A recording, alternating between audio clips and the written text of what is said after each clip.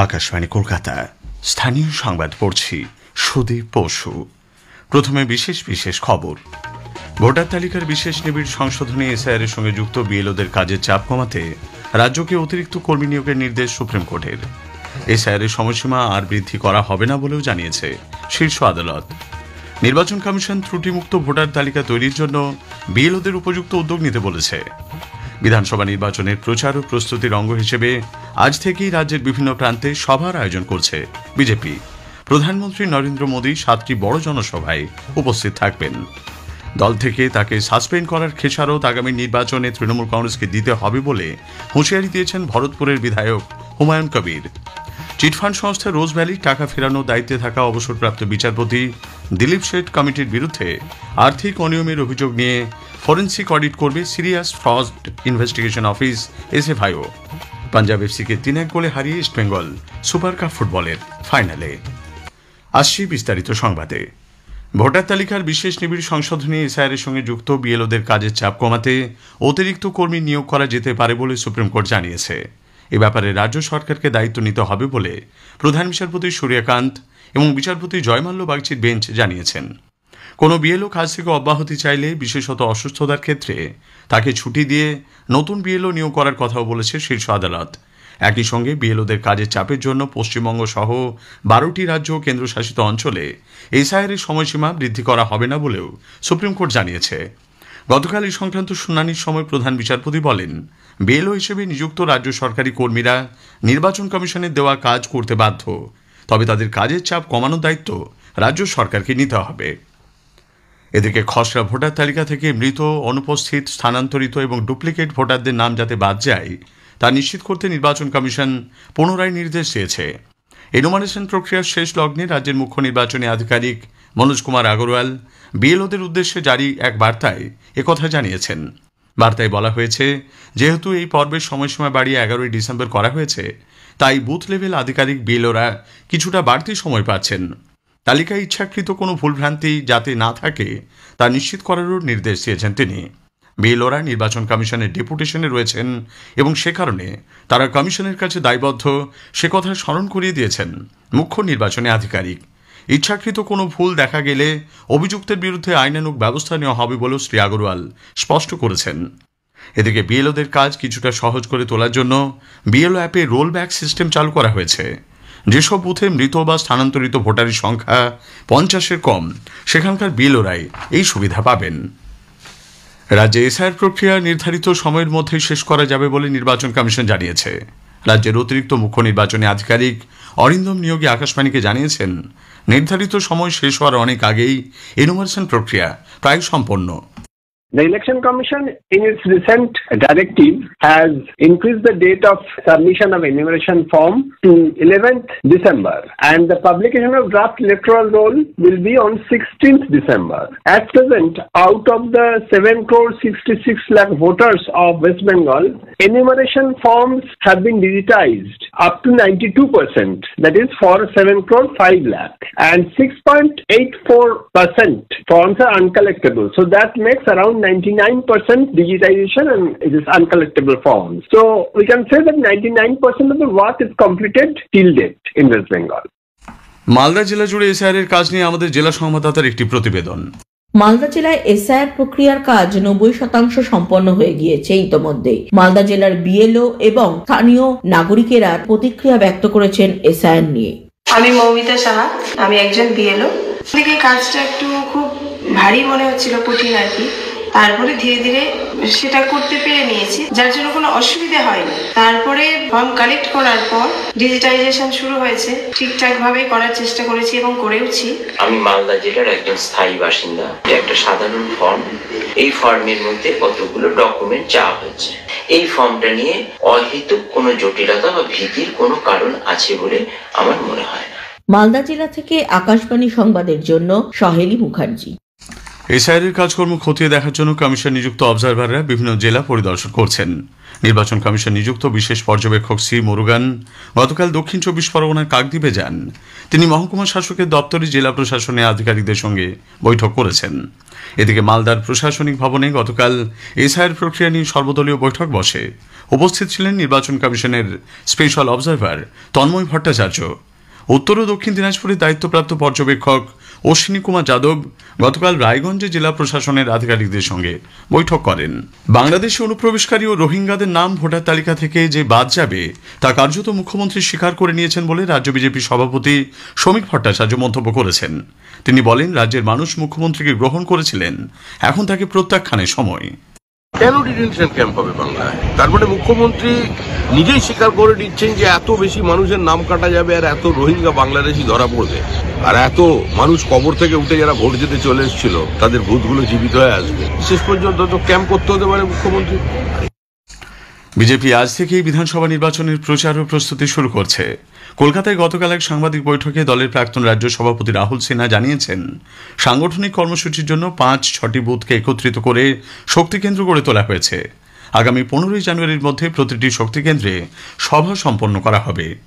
প্রত্যেকটি শক্তি কেন্দ্রে একটা করে মিটিং আগামী 15 জানুয়ারির মধ্যে সম্পন্ন হবে, যেগুলো পথসভারূপ। 1300 শক্তি কেন্দ্রে একযোগে বিকেল 5টা থেকে 7টার মধ্যে পথসভার অনুষ্ঠিত হবে।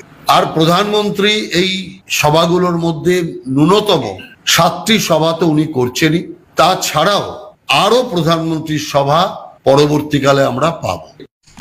আকাশবাণী কলকাতা 10টি জেলার জন্য চুক্তির ভিত্তিতে আংশিক সময় সাংবাদিক নিয়োগ করবে।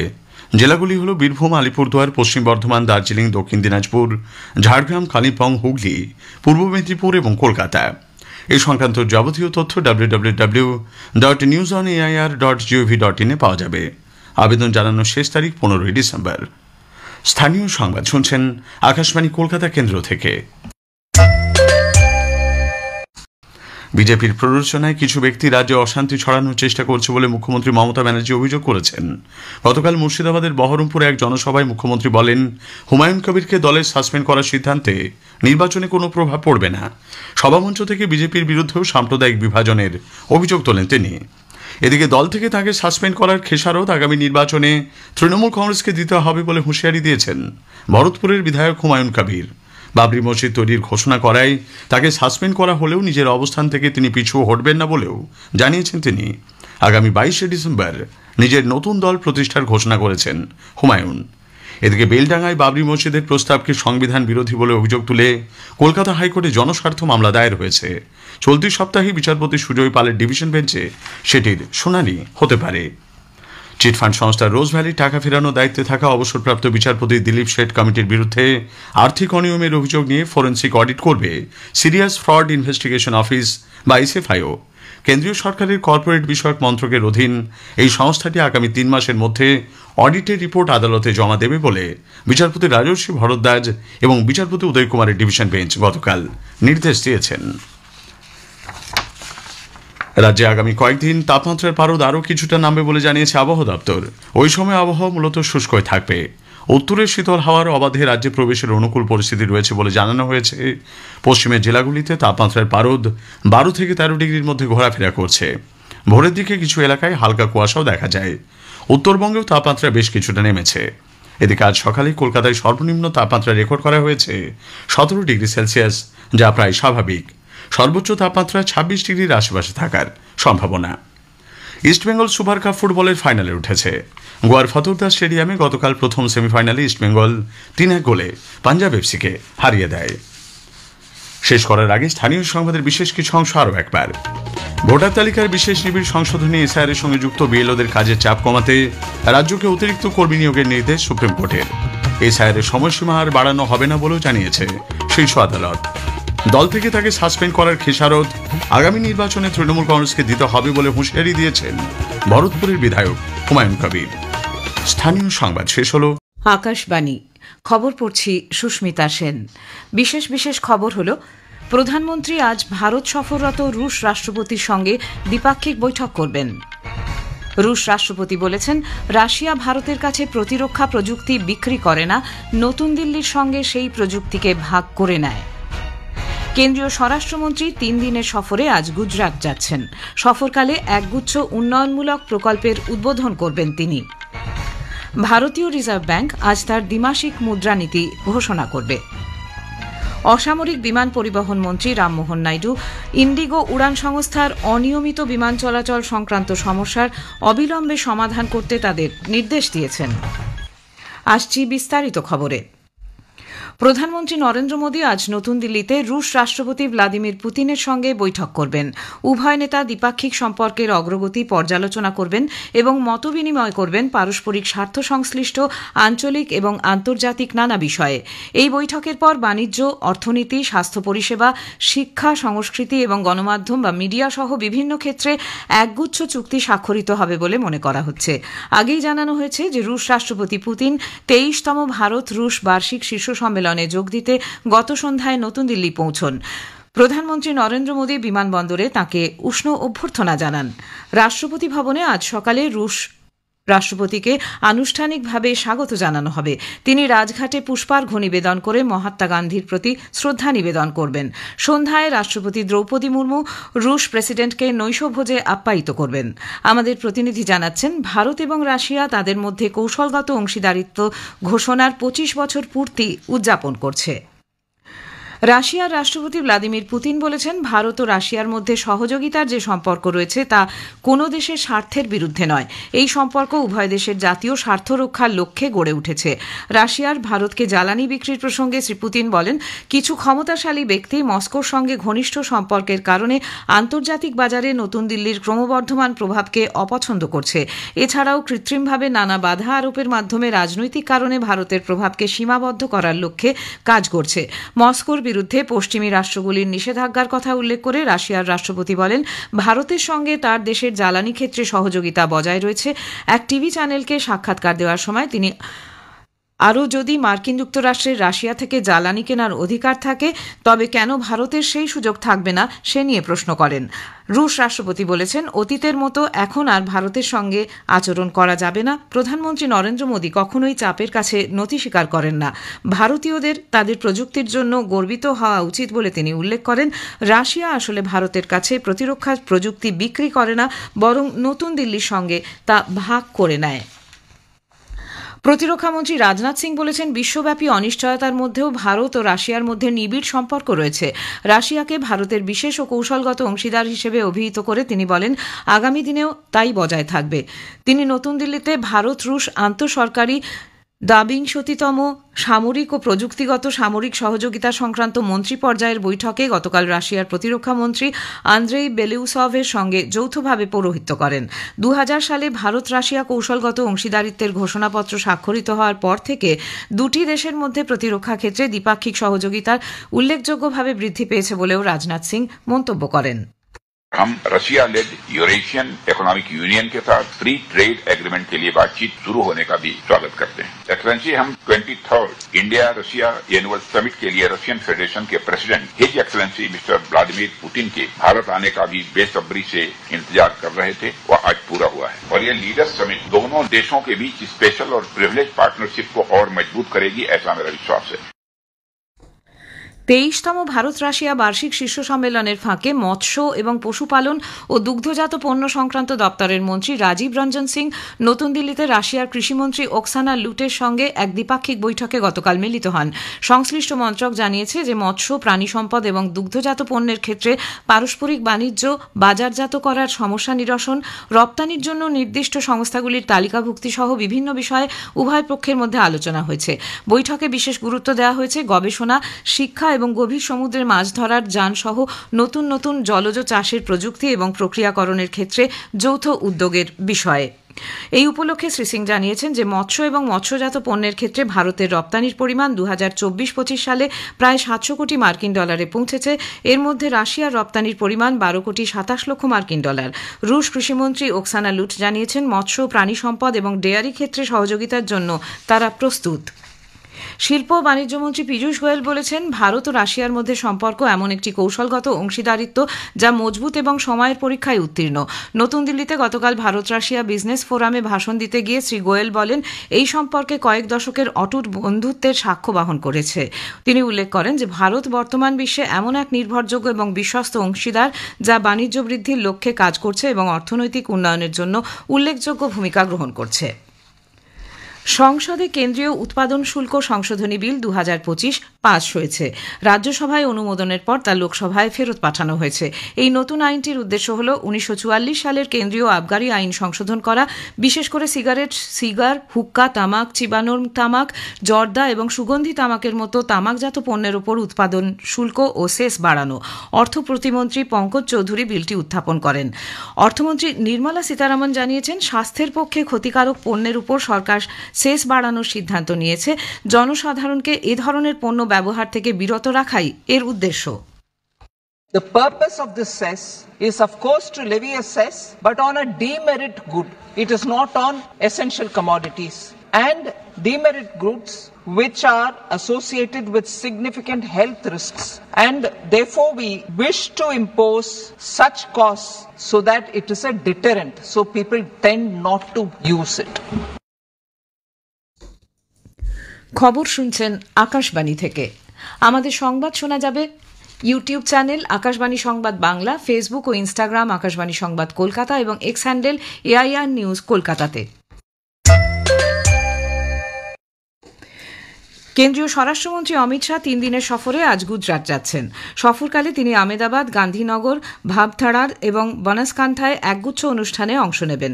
আমেদাবাদে আজ GMDC ময়দানে স্বদেশী জাগরণ মঞ্চ আয়োজিত স্বদেশ উৎসবের উদ্বোধন করবেন শ্রী শাহ। এরপর নাবার্ড ও IAMAI এর যৌথ উদ্যোগে বসুন্ধরা সম্মেলন 2025-26 বক্তব্য রাখবেন তিনি। দুদিনের এই সম্মেলনের মূল ভাবনা বিশ্বজুড়ে পরিবর্তনের জন্য গ্রামাঞ্চলের উদ্ভাবনকে উৎসাহিত করা। এছাড়াও ভারতের গ্রামাঞ্চলের উন্নয়নে সমবায় সমিতিগুলির ভূমিকা নিয়ে আলোচনা হবে। এরপর শ্রী শাহ গান্ধীনগরে একগুচ্ছ উন্নয়নমূলক প্রকল্পের উদ্বোধন করবেন। জাতীয় তদন্ত সংস্থা NIA সংগঠিতভাবে বেআইনি অস্ত্রশস্ত্র পাচার চক্রের সঙ্গে জড়িত 4 জনকে গ্রেপ্তার করেছে। 3টি রাজ্য জুড়ে বিভিন্ন জায়গায় ব্যাপক অভিযান চালিয়েছে NIA-র 22টি দল। বিহারের নালন্দা, শেখপুরা এবং পাটনার 7টি, উত্তরপ্রদেশের ওরাইয়া জেলার 13টি এবং হরিয়ানার কুরুক্ষেত্র জেলার 2টি জায়গায় এই তল্লাশি অভিযান চালানো হয়। এই অভিযানে বিপুল অস্ত্রশস্ত্র, 1 কোটি টাকার বেশি নগদ অর্থ থেকে শুরু করে আপত্তিকর তথ্য ও ডেটা সমেত বেশ কিছু ডিজিটাল এবং বৈদ্যুতিন যন্ত্রপাতি উদ্ধার হয়েছে। এর মধ্যে রয়েছে বেশ কিছু ভুয়ো এবং সন্দেহজনক পরিচয় জ্ঞাপক নথিপত্র। জাতীয় তদন্তকারী সংস্থা জানিয়েছে, এইসব অস্ত্রশস্ত্র হরিয়ানা থেকে উত্তরপ্রদেশে এবং পরে বিহার এবং দেশের আরও অন্যান্য অংশে পাচারের ষড়যন্ত্র করা হয়েছিল। ভারতীয় রিজার্ভ ব্যাংক আজ তার দ্বিমাসিক মুদ্রানীতি ঘোষণা করবে। মুম্বাইয়ে গত বুধবার RBI এর মুদ্রানীতি কমিটি MPCর 3 দিনের আলোচনা শুরু হয়। RBI গভর্নর সঞ্জয় মালহোত্রা এই নীতি ঘোষণা করবেন। বিশেষজ্ঞদের ধারণা, সুদের হারে 25 বেসিস পয়েন্ট হ্রাস পাওয়ার সম্ভাবনা রয়েছে। মুদ্রাস্ফীতি হ্রাস এবং ক্রমবর্ধমান মোট অভ্যন্তরীণ উৎপাদনের পটভূমিতে এই বৈঠক অনুষ্ঠিত হচ্ছে। RBI এবছরের ফেব্রুয়ারি থেকে 3টি পর্যায়ে মূল স্বল্পমেয়াদী ঋণের হার 100 বেসিস পয়েন্ট হ্রাস করেছে। সুপ্রিম কোর্ট ভোটার তালিকায় বিশেষ নিবিড় সংশোধন কর্মসূচি SIR এর কাজে নিযুক্ত বুথ লেভেল আধিকারিক BLOদের চাপ কমাতে বেশ কিছু নির্দেশিকা জারি করেছে। প্রধান বিচারপতি সূর্যকান্ত এবং বিচারপতি জয়মাল্য বাগচির বেঞ্চ বলেছেন, রাজ্য সরকার ও রাজ্য নির্বাচন কমিশন নিযুক্ত এই আধিকারিকরা এ ধরনের কাজ করতে বাধ্য, কিন্তু তারা যাতে কোনো রকম সমস্যায় না পড়েন রাজ্য সরকারকে তা সুনিশ্চিত করতে হবে। আদালত স্পষ্ট জানিয়েছে, SIR প্রক্রিয়া চলাকালীন নির্বাচন কমিশনের প্রয়োজন মাফিক পর্যাপ্ত সংখ্যক কর্মী নিযুক্ত করা রাজ্য সরকারের দায়িত্বের মধ্যেই পড়ে। BLOদের কাজের সময় আনুপাতিক হারে কমানোর জন্য অতিরিক্ত কর্মী নিয়োগের বিষয়টি বিবেচনা করতেও শীর্ষ আদালত রাজ্য সরকারগুলিকে নির্দেশ দিয়েছে।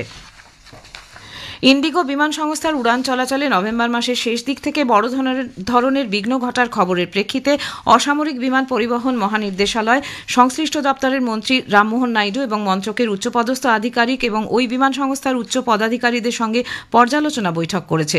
উড়ান সংস্থাটির দৈনিক 170 থেকে 200টি উড়ান বাতিল করেছে, যা স্বাভাবিকের তুলনায় অনেকটাই বেশি। ইন্ডিগো উড়ান সংস্থা যেভাবে পরিস্থিতি মোকাবিলা করেছে, বৈঠকে মন্ত্রী তার কড়া সমালোচনা করেন। নতুন ব্যবস্থায় সুষ্ঠুভাবে যাওয়া নিশ্চিত করার জন্য প্রস্তুতির যথেষ্ট সময় দেওয়া হয়েছিল বলে মন্ত্রী উল্লেখ করেছেন। দ্রুত উড়ান চলাচল স্বাভাবিক করতে এবং বর্তমান পরিস্থিতিতে বিমান ভাড়া না বাড়ানোর জন্য তিনি নির্দেশ দেন। শেষ করার আগে খবরের বিশেষ কিছু অংশ আরেকবার। প্রধানমন্ত্রী আজ ভারত সফররত রুশ রাষ্ট্রপতির সঙ্গে দ্বিপাক্ষিক বৈঠক করবেন। রুশ রাষ্ট্রপতি বলেছেন, রাশিয়া ভারতের কাছে প্রতিরক্ষা প্রযুক্তি বিক্রি করে না, নতুন দিল্লির সঙ্গে সেই প্রযুক্তি ভাগ করে নেয়। খবর এখনকার মতো এ পর্যন্ত।